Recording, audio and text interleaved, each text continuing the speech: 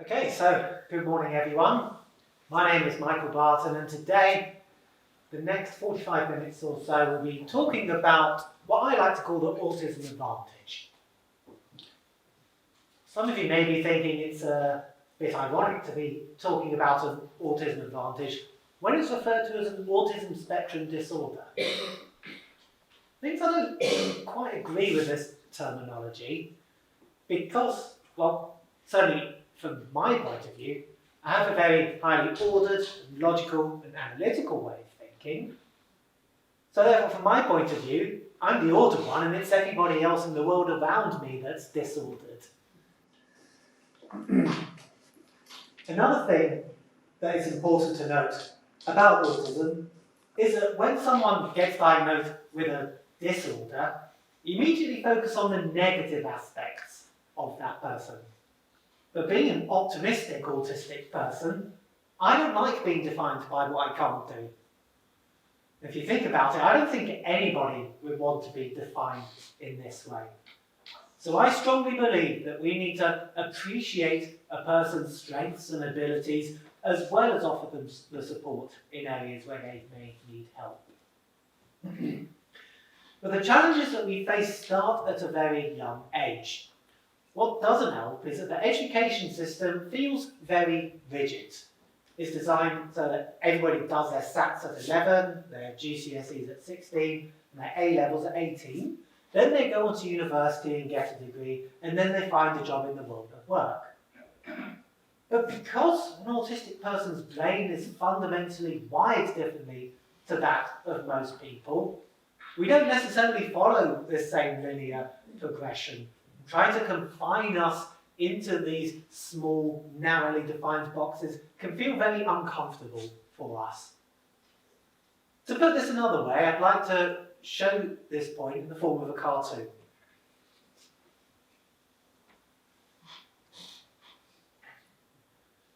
It's a cartoon that reads, for a fair selection, everybody has to take the same exam.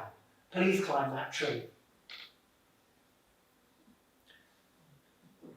So while we can see this is a very easy exam for the monkey to take, I don't see how that fish is getting up there without millions of years of evolution. There's also a quote attributed to Albert Einstein who says, if you judge a fish by its ability to climb a tree, it will spend its entire life believing it is stupid. However, looking further on in my life, I found that being at university and in the world of employment has allowed me to flourish more and focus on my strengths and the things that I can do. And this has been a very important part of my life, focusing on our abilities and strengths as well as working around my weaknesses.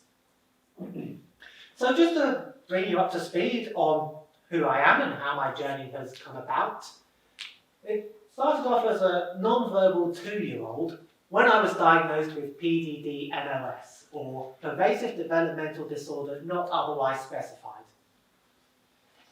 Don't worry, I won't quiz you at the end of this. It was actually quite a broad diagnosis that basically meant I wasn't developing in a typical fashion. Now, having a diagnosis is a key to accessing support. And off the back of this, I was subsequently diagnosed as autistic aged 7 when I received my Statement of Education, or EHCP, Education, Health and Care Plan, as it's referred to nowadays. Now, it's thanks to this support, which I received from a young age, I was then able to go through the education system and finish with 10 GCSEs, 3 A-levels, and a degree in physics. And since graduating, I've been working full-time for the past 9.5 years as a data analyst. I do predominantly focus on talking about autism, but I'd like to just spend one slide talking about the broader concept of neurodiversity, which has become something of a buzzword over the past few years. Neurodiversity has 2 common definitions. The first of which is a synonym for cognitive diversity. So different people have different brains that process the same information in different ways. For example, if I gave everyone here a pen and paper and I asked you to draw me a picture, chances are everybody would draw me something different. But the second definition, and the one more commonly referred to, is as an umbrella term for conditions such as autism, ADHD, dyslexia, dyspraxia, OCD, or Tourette's. Essentially a way of saying that we have a diagnosis that means our brains are fundamentally wired differently to that of most people. Studies suggest that around 1 in 7 or 15% of the population is neurodivergent. Now, if you look at the fact that there are about 8 billion people living on the planet today, we can say from this alone that there are over 1 billion neurodivergent people in the world today.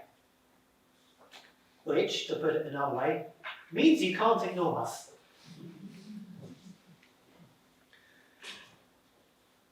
But the idea behind the neurodiversity movement specifically is to say that we are more than our diagnoses. Being autistic is just one component of what makes me who I am as a person. Every single person in this room has multiple labels that describe who they are as a person. And being autistic is one of those labels that partly describes me.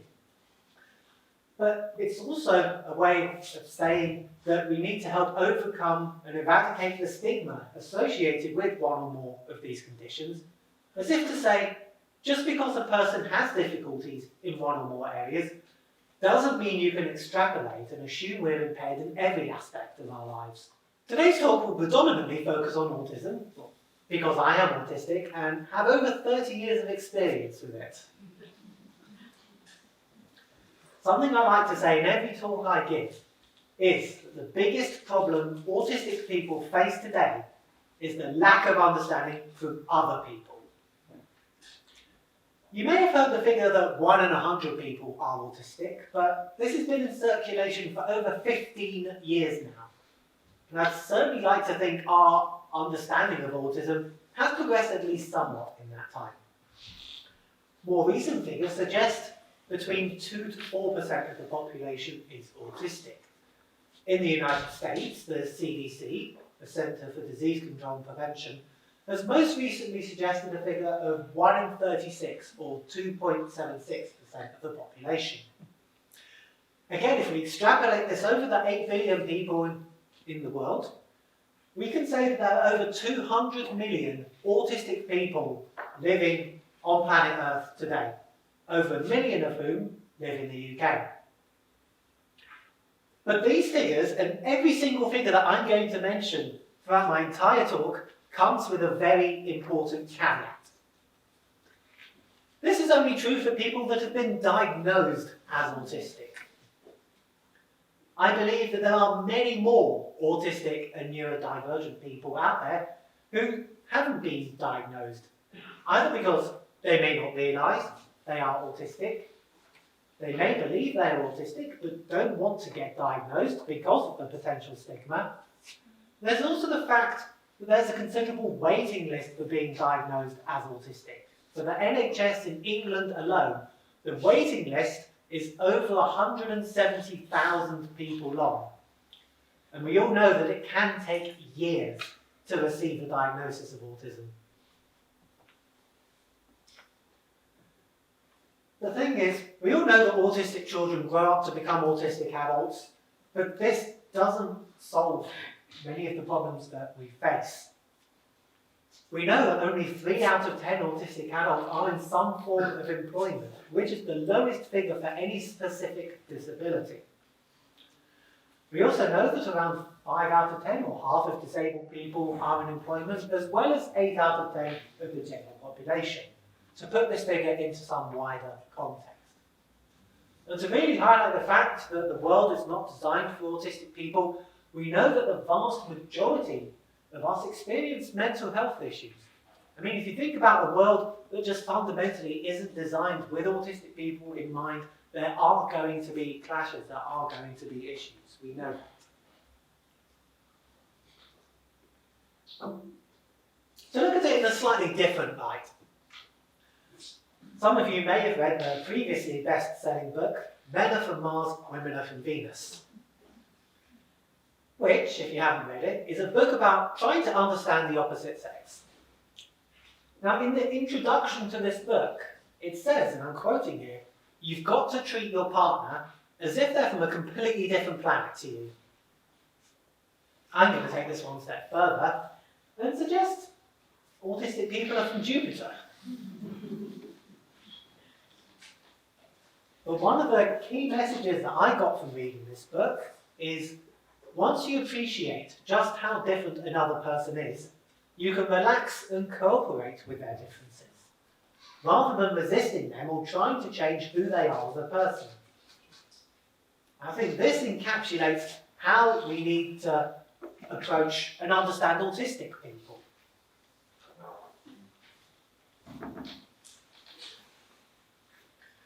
It's one thing for me to say that we need to be more compassionate and understanding towards autistic people, but what can being autistic feel like? What can it look like?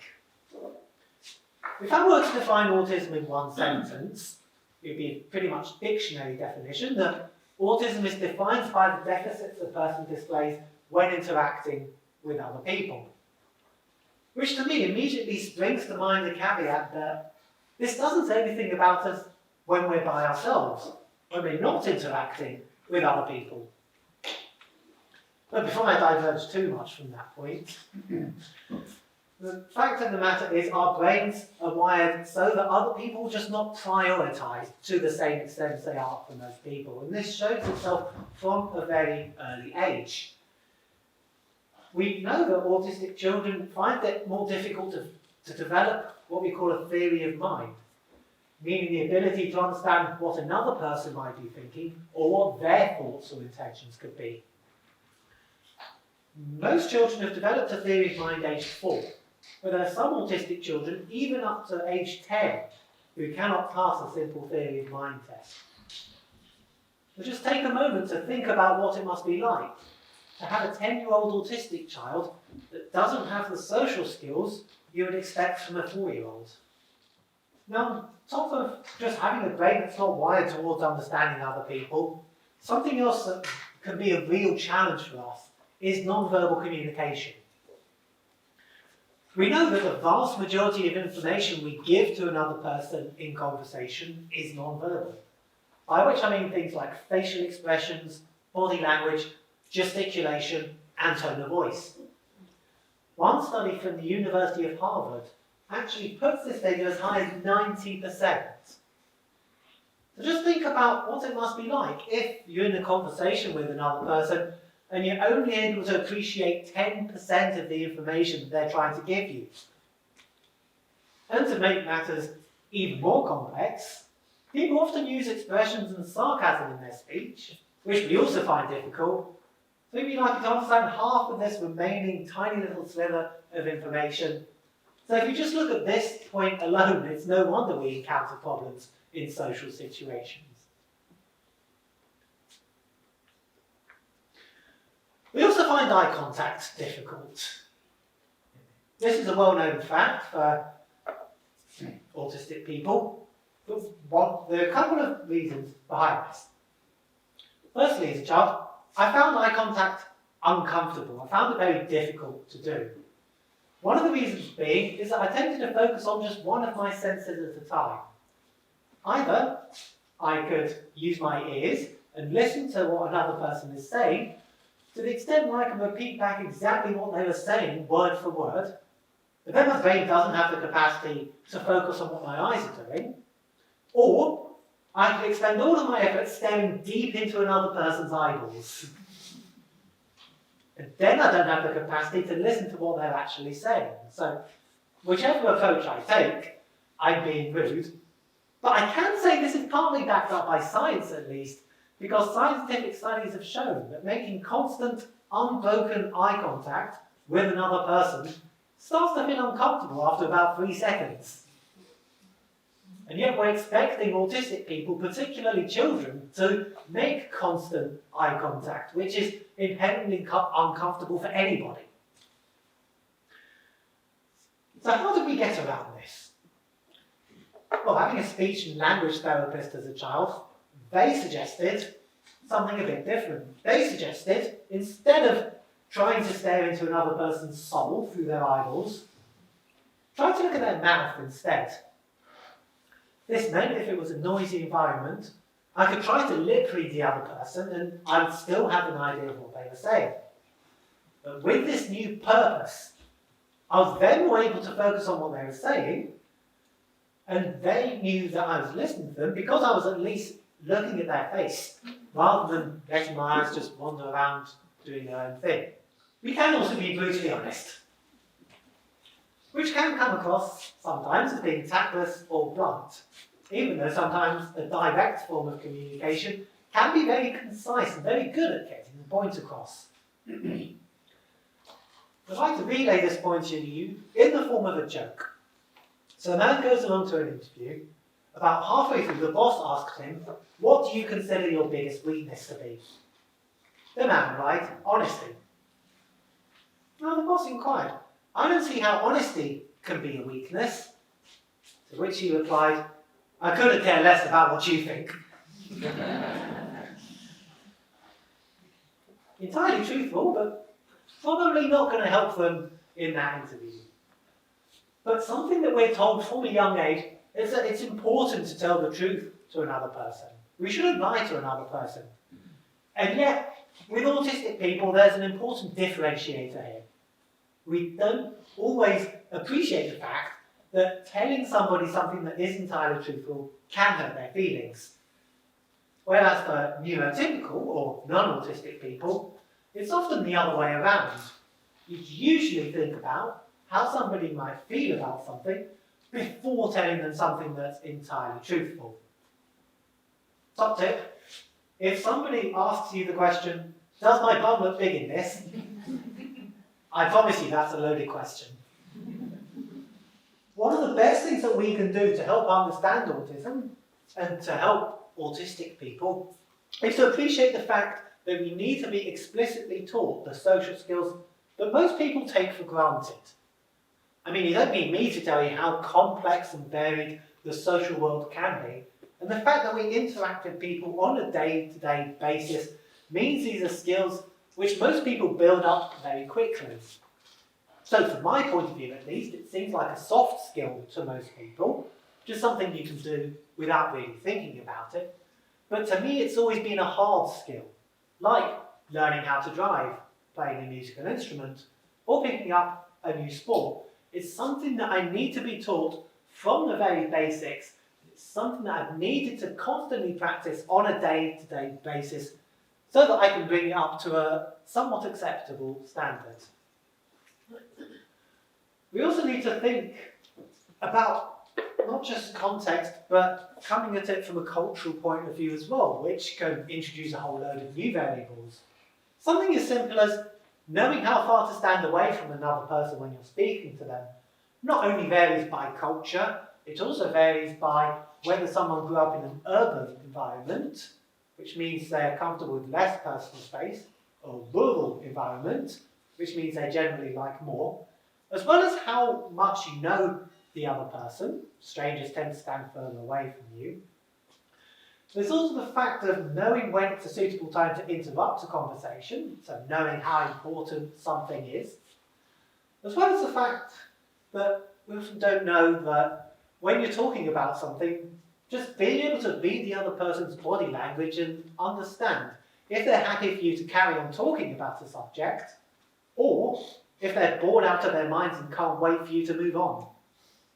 I've always been known for my very logical and analytical way of thinking. It's one of the main components, one of the main ways my brain works. It just processes things in a very logical fashion.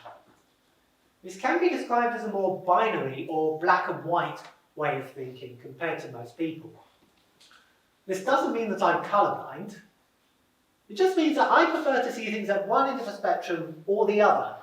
I find it difficult and confusing to understand the grey areas in the middle, because I prefer the certainties at one end or the other. At school, this meant I was very good at subjects like maths and the sciences, where the most logical approach is usually the right one to take, so I had a very efficient way of thinking for these subjects. The same can't be said for areas such as English. Now, English lessons are one of the areas where I needed quite a lot of support throughout my time at school. But from my point of view, they are asking me vague, ambiguous questions about what another person might be thinking, or even questions which even came up in exams, such as, discuss the humour in this passage. What if I don't find it funny? Am I supposed to answer, there isn't any? I mean, in my opinion, this would be the right answer, but I've since learned I should have written a 5-page essay on why somebody else might have found it funny, whether I agree with their sense of humour or not. Here are some other examples of potentially ambiguous questions. Name the quadrilateral.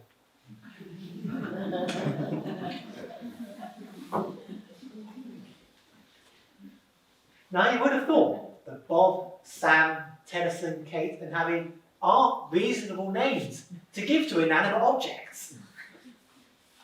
I blame the question, which should have said, give the mathematical terms for these quadrilaterals. And here's another example. Find x.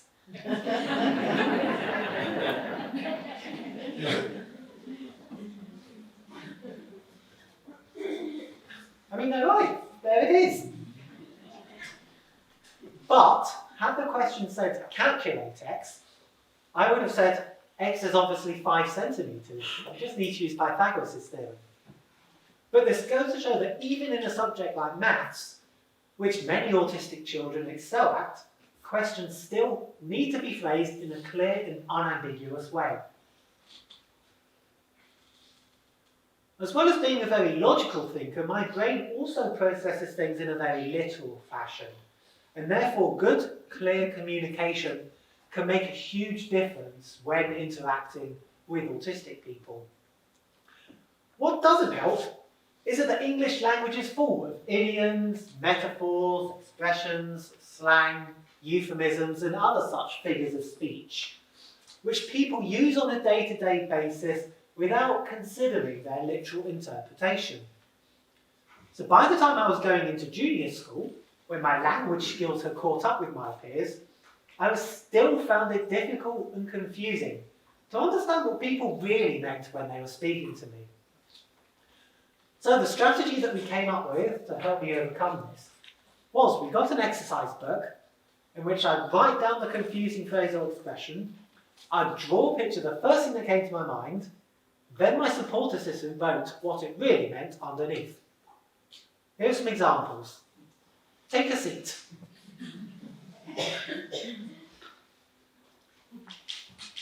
My mum took me to the GP once and he asked me to take a seat. I just looked up at them as if to say, where should I take it? He laughed his head off. I wouldn't be surprised if someone may seem rather concerned if being told this. You're fired. If people were to lose their jobs in this way, I'm sure The Apprentice would be much more exciting to watch. And I feel like a pizza.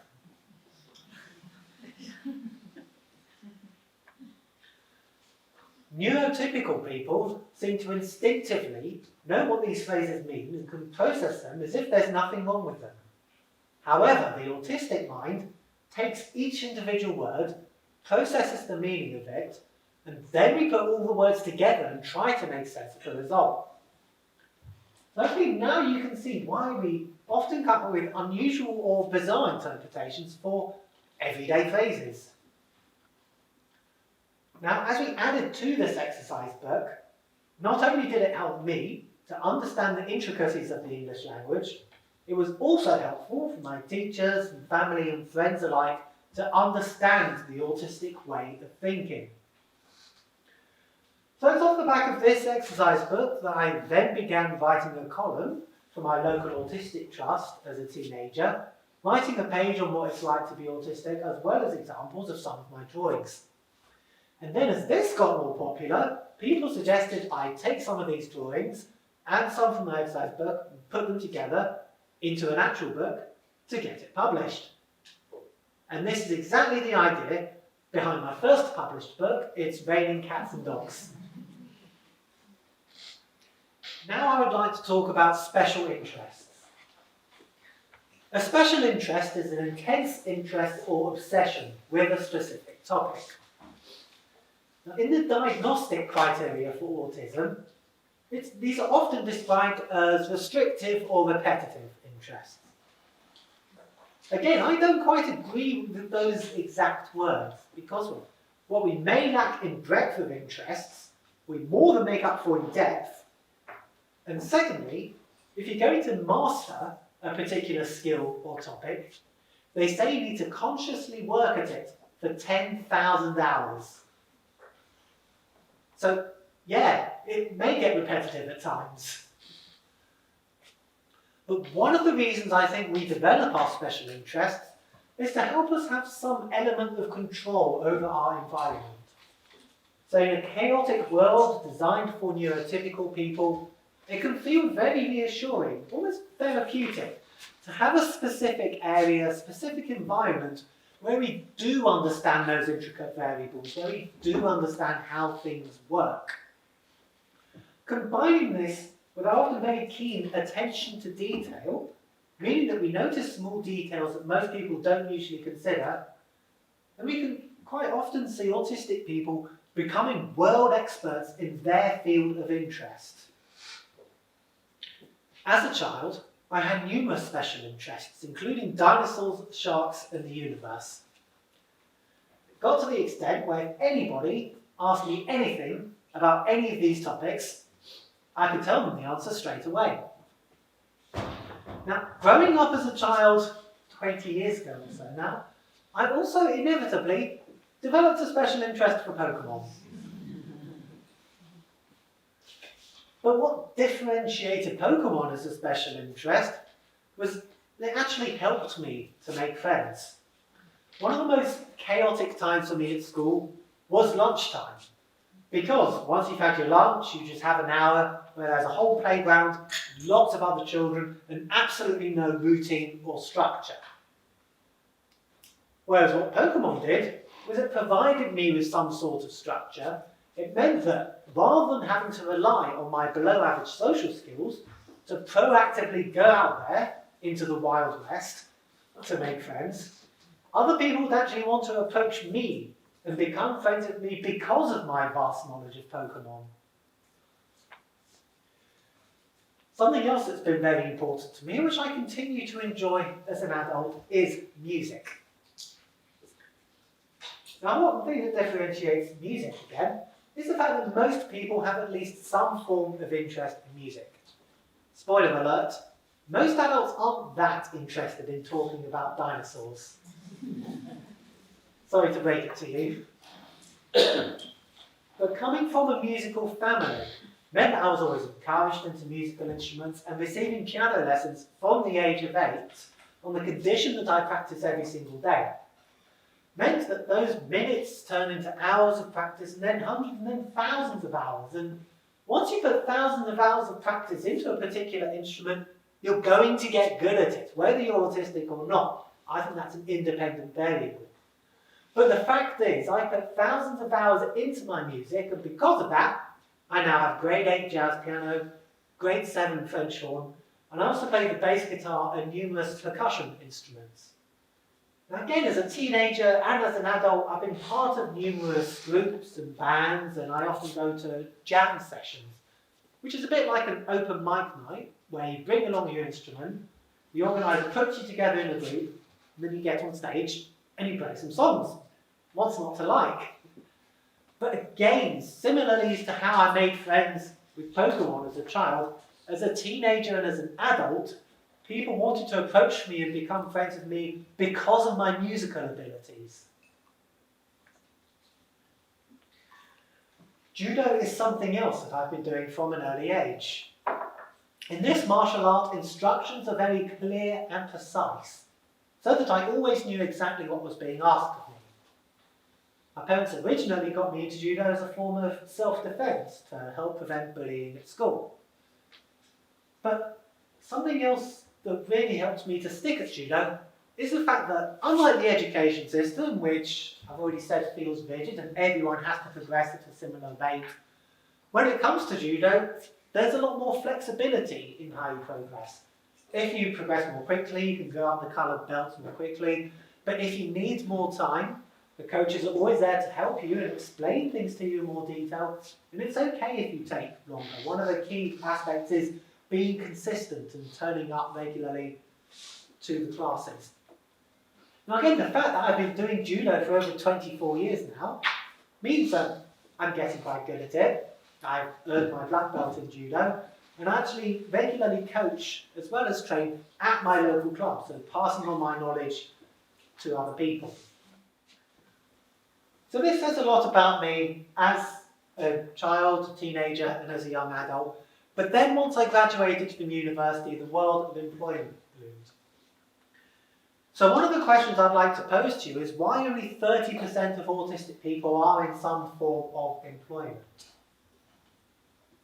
Again, these are figures from the Office of National Statistics saying that autistic people are the least likely to be employed out of any of those disabilities, which shows that we still have a long way to go before society truly understands and appreciates autistic people and the talents that we can bring to any employer who wants to hire us.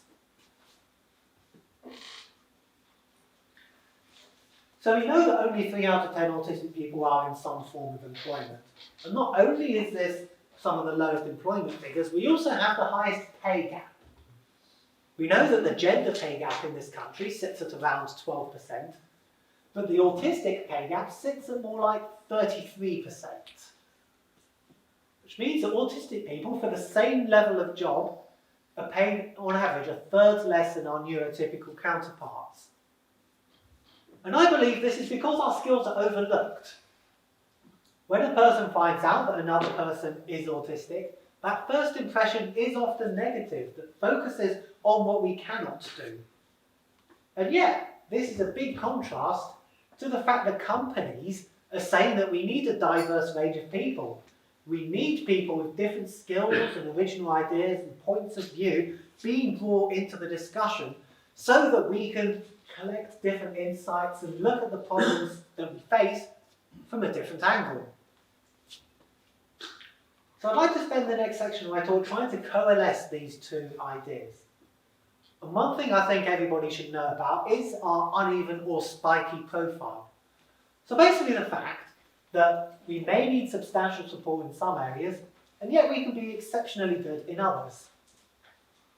To put this another way, some people say autism is a disability. Some people say autism is a superpower. I see it as a superposition of both into the same person. It can be both a disability and a superpower in the same person, but it depends on the context. It's not just a matter of saying, well, doesn't everybody have their own strengths and weaknesses? Because with our weaknesses, they're often much weaker and we often need substantial support to help us with our weaknesses. And yet when we're particularly interested or passionate about a specific topic, our strengths can be much stronger than those of neurotypical people.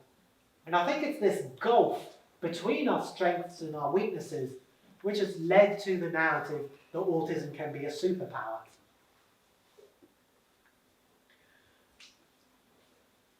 So when it comes to the world of employment, there are numerous barriers that we face that most people take for granted. And I would say the biggest barrier we face is the interview process.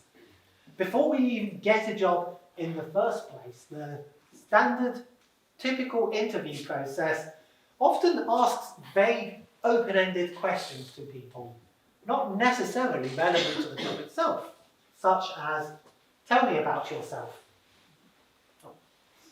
My special interest is Pokemon. Or, where do you see yourself in 5 years' time? In a mirror? Not entirely honest answers, but not necessarily what the interviewer would like to see. And the fact that we are very literal thinkers as well. can mean that job descriptions can be confusing. It's either I must have all of these skills listed on the job description or they won't consider me, or if they list a selection of skills, it can feel like we have to know everything there is to know about those skills before we can be considered for the job. Because, well, if you're doing something professionally, you're expected to do it to a very high standard. There's also the fact that even when we get a job and we're in the office, the general conversation that we have with other people can be often misinterpreted. I know of somebody who was working at his job and a colleague approached him and said, "Can I grab you for a minute?" He just quite bluntly said, "No, I have a wife."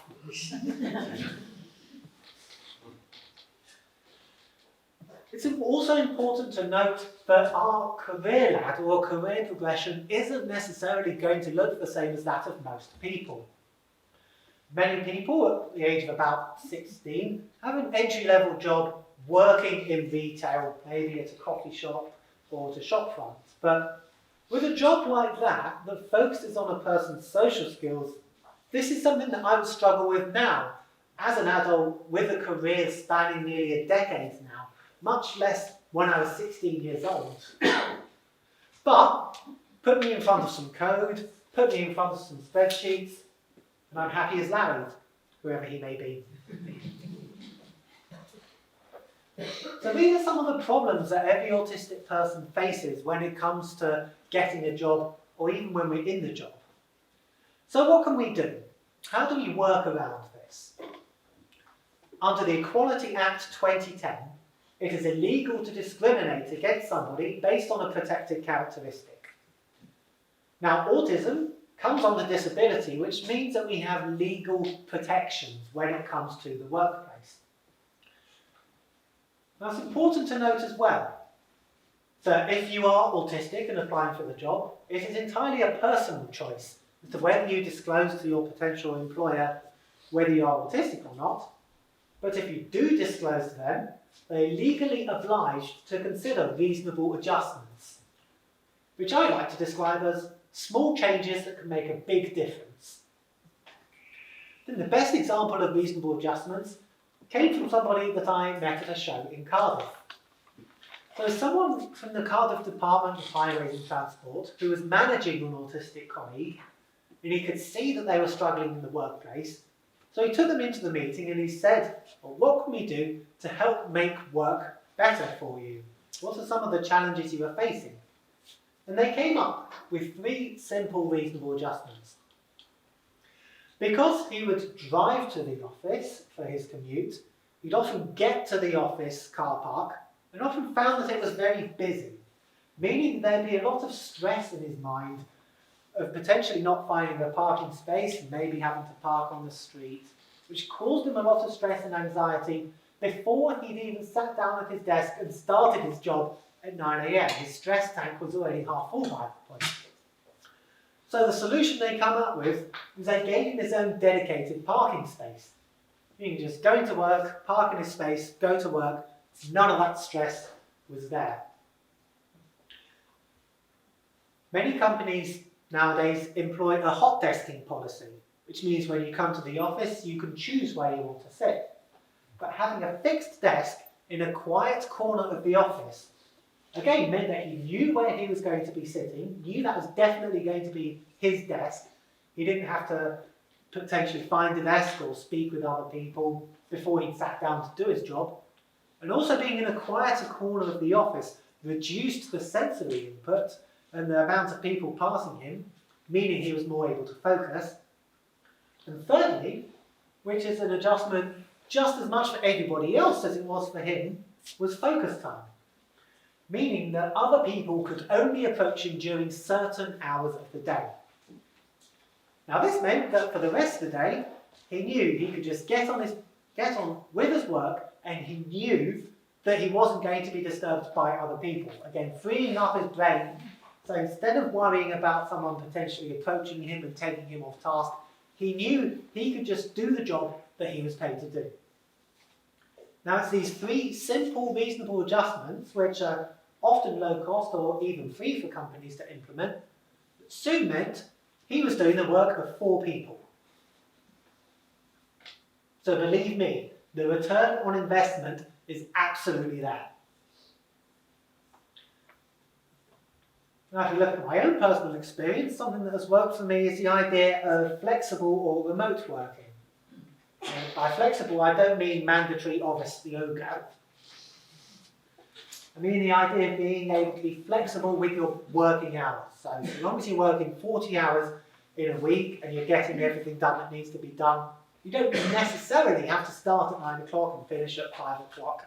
This is something that can be discussed with your manager to work at times which work for you as well as the company.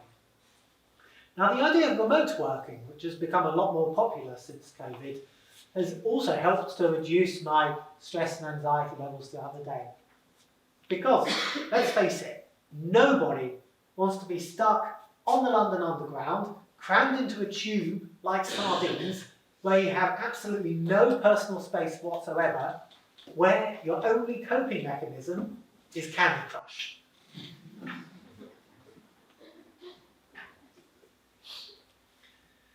And with my workload itself, something that has really helped is having organisational tools. Now, the piece of software which I use in my current company is called Jira, a common piece of software for agile or web development teams. It's essentially an elaborate to-do list, which is something that means that all of my tasks are in priority order, and on each task or ticket, there's a comprehensive description of what needs to be done, and all communication between me and the stakeholders can be done in this one particular area. So I always know exactly what I need to do, and the stakeholder is very clear on what needs to be done. So a very clear form of communication is established.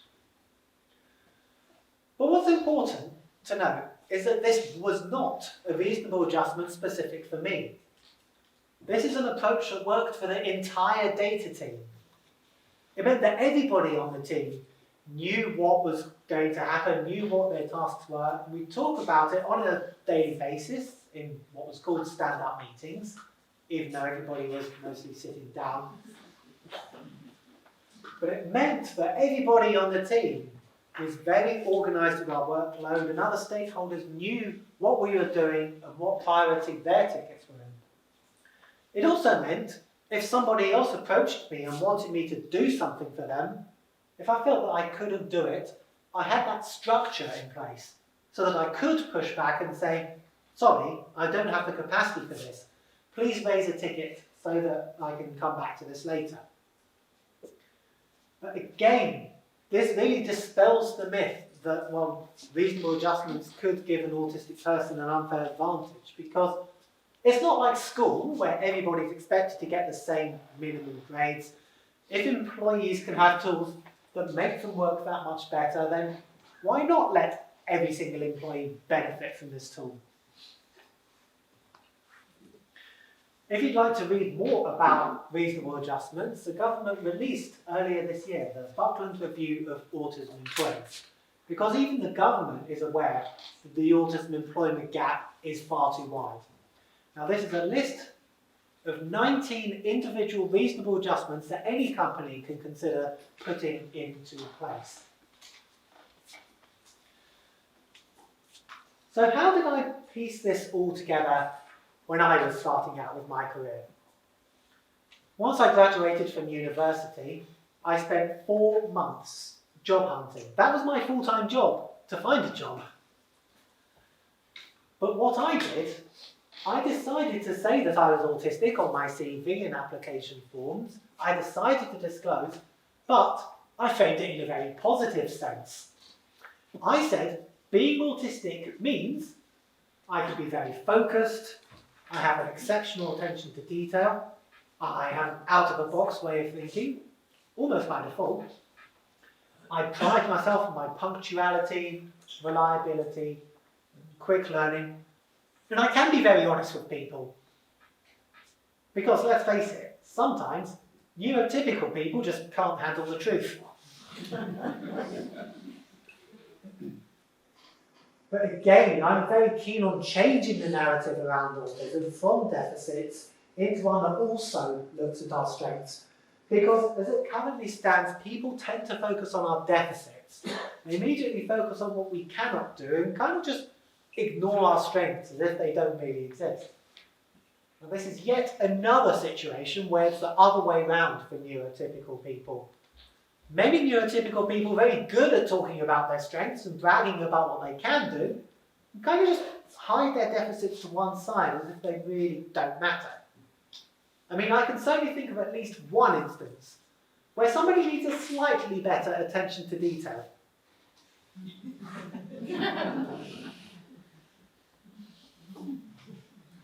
I mean, it's not a very secret nuclear bunker if it's signposted just off the A128. So now that I've laid down the template of how we can help autistic people thrive in the workplace, it won't be long before companies start to make more use of autistic talents. But it wouldn't have been the first time that this has happened. In 1997, Apple released a radically different advertising campaign, Thinking Differently, by Steve Jobs.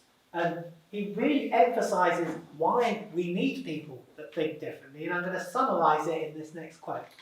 He says, "Here's to the crazy ones, the misfits, the rebels, the troublemakers, the round pegs in the square holes, the ones who see things differently. About the only thing you can't do is ignore them, because they change things. They push the human race forward."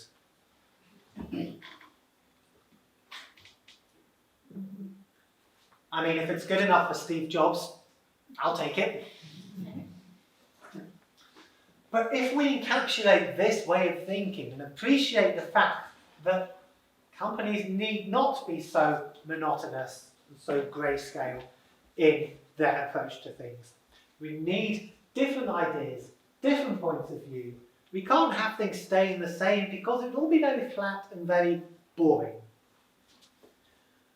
But building on from this, I'd like to propose that autistic people can help to change things. Autistic people can push the human race forwards and have done so throughout history. Even though we've only been able to diagnose autistic people since 1980, that doesn't mean to say we didn't exist in the past. We just didn't have the means of diagnosing us.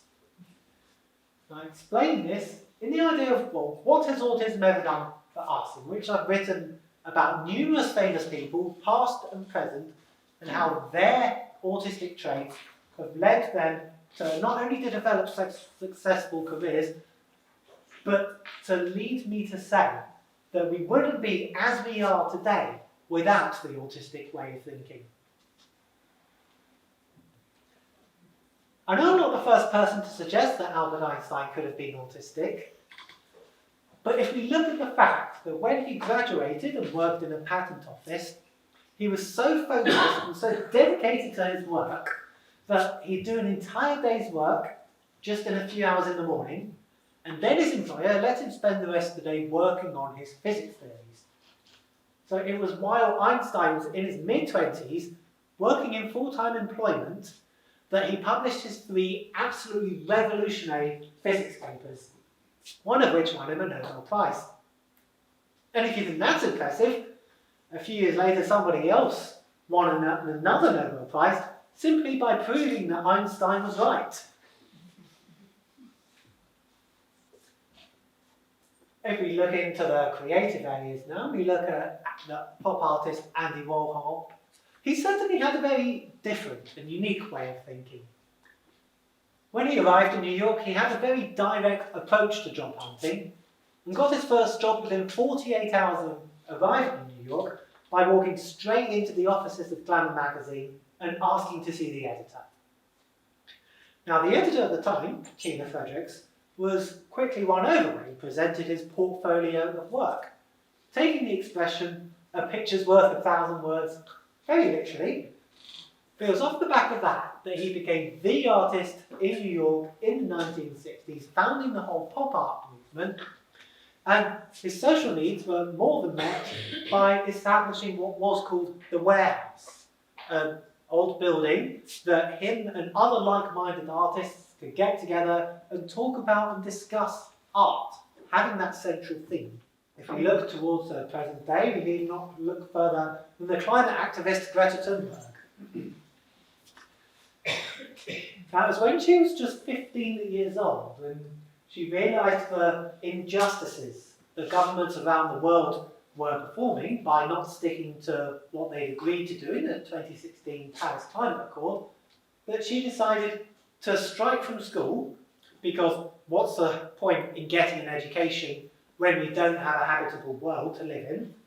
So striking outside the Swedish Parliament, by herself at first, which then snowballed and gained momentum, and now millions of people around the world are aware of what Greta Thunberg has done, and governments around the world have now taken more action towards preventing the worst of climate change than ever before.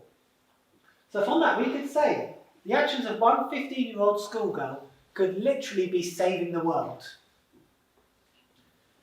And I'll talk about these three famous people and numerous others in my latest book, What Has Autism Ever Done for Us? So we know that the autistic way of thinking has revolutionised the world as we know it. So many of the things that we live with today just wouldn't be the same without autistic people. And if we look to the future as well, as society and companies start to understand and appreciate autistic people and be able to make use of our talents, I'd like to see more and more autistic people in the workplace. Now this could mean in some areas where there are already more autistic people, such as in the sciences and technology, as well as in creative industries. With this number increasing, it could well be, in those areas, autistic people may actually outnumber neurotypical people. So it could be, instead of talking about an autism spectrum disorder, why don't we have a neurotypical disorder as well? How about this for diagnosis? Neurotypical people have an inability to concentrate for long periods of time. They lack the necessary attention to detail. They have a poor memory for facts and figures, use elaborate language and do not say what they mean. And they often like to talk about trivia, less important topics, rather than getting straight into the most important parts of conversation. So it's off the back of this newfound diagnosis for you that I would like to end my talk, and if you have any questions, well, now's the time to ask them. Thank you very much.